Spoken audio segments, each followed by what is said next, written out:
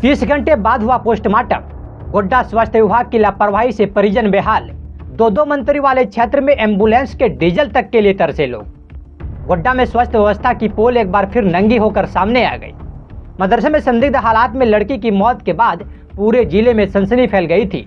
बड़े बड़े चैनल सिर्फ यही हेडलाइन चला रहे थे कि मदरसे में लड़की का लाश, मौलवी पर रेप व हत्या का आरोप। लेकिन असली और सबसे बड़ा सवाल दबा दिया गया। 30 घंटे बीत जाने के बाद भी पोस्टमार्टम क्यों नहीं हुआ और पोस्टमार्टम में इतना ज़्यादा समय क्यों लगा। परिजन सबको लेकर गोड्डा अस्पताल पहुंचे, लेकिन डॉक्टरों ने जिम्मेदारी से पल्ला झाड़ते हुए कह दिया कि दुमका भेज दीजिए, वहां आधुनिक मशीन है। लेकिन जब सब दुमका पहुंचा तो हकीकत और चौंकाने वाली निकली। वहां किसी आधुनिक मशीन का आता पता ही नहीं था। सिर्फ टाल मटोल, धक्का धक्की और जिम्मेदारी से बचने का खेल जारी रहा। ऑफिस बुला करके डॉक्टर साहब बोला क्या, देखिए यहाँ जो है पूर्ण रूप से हम लोग को नहीं पता चल रहा है इसके साथ क्या हुआ है। इससे अच्छा हम लोग दुमका रेफर कर देते हैं, वहाँ बहुत बड़ा सब मशीन है, वहाँ आधुनिक मशीन के द्वारा जांच होगा।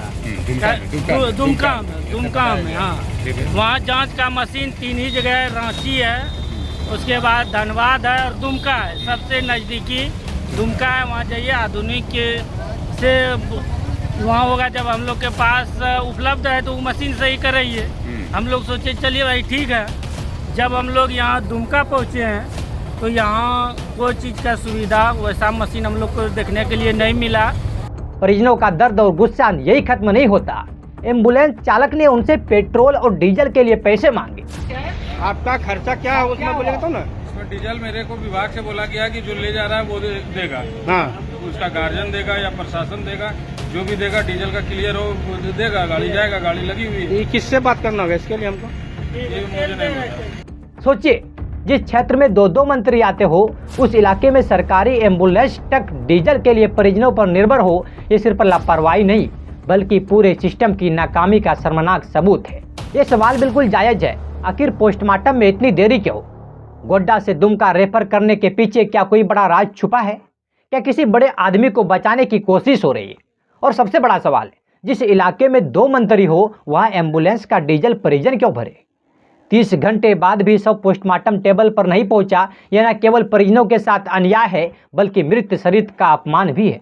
अब जनता पूछ रही है, क्या बड़ी बड़ी चैनलों का काम सिर्फ मदरसा हेडलाइन बनाना, सिस्टम की पोल खोलना नहीं?